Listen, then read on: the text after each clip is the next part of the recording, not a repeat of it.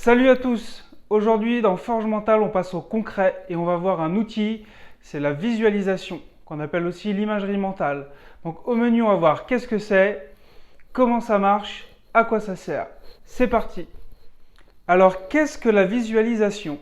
C'est la capacité qu'on a tous à imaginer un lieu, une scène, une situation. Le but est de montrer à notre cerveau, c'est comme ça que je veux que ça se passe. L'objectif, c'est de se préparer, par exemple à un match, une compétition, un tournoi, un moment clé, de se conditionner pour se sentir prêt et dans l'état d'esprit adéquat, et de se dépasser, de dépasser ses limites. Comment ça marche? Le but est de parler le même langage que notre cerveau. En effet, le cerveau, en tout cas la partie inconsciente du cerveau, ne comprend pas vraiment les explications rationnelles. On a tous déjà essayé de se parler à nous-mêmes et je pense qu'on a tous constaté que les résultats sont plutôt aléatoires quand on fait ça. Donc la visualisation nous aide à montrer des images, des scènes, des films que notre cerveau comprend beaucoup mieux.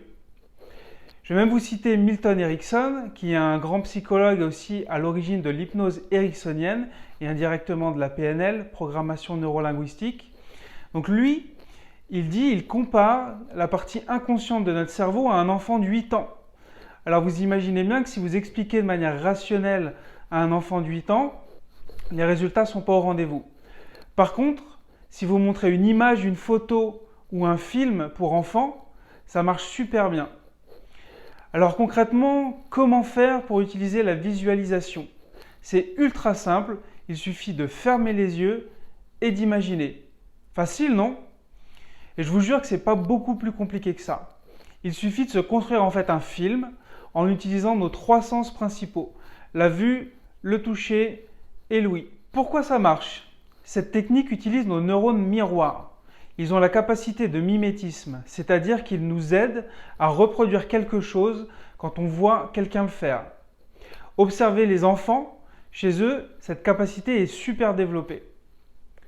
Cette technique permet aussi de croire en ce qu'on fait. L'inconscient ne fait pas trop la différence entre le réel et l'imaginaire. Si je l'imagine possible, alors je crois que c'est possible. Enfin, ça marche parce que ça donne un but, une direction à notre cerveau et à notre corps. Pour finir, dans quelle situation utiliser la visualisation? C'est très utile pour préparer une épreuve, par exemple une compétition, un tournoi, un match, pour préparer un moment clé, plus bref, par exemple au golf, avant de se positionner pour frapper la balle. Par exemple au tennis, pour bien préparer son service. Lorsqu'on fait du tir ou du ball trap, avant de se mettre en position. Ou au foot, pour tirer un penalty. La visualisation est aussi très efficace pour dépasser ses limites. Par exemple, pour tenter un record ou une perf.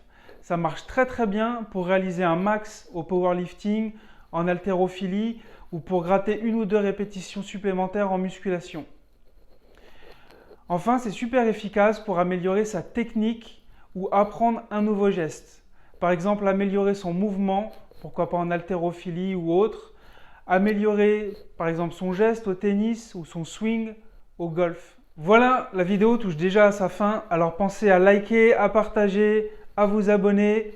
Aujourd'hui, on a parlé de la théorie. La prochaine vidéo, je vous ferai tester la visualisation avec un petit exercice très concret. Allez, à bientôt. Ciao.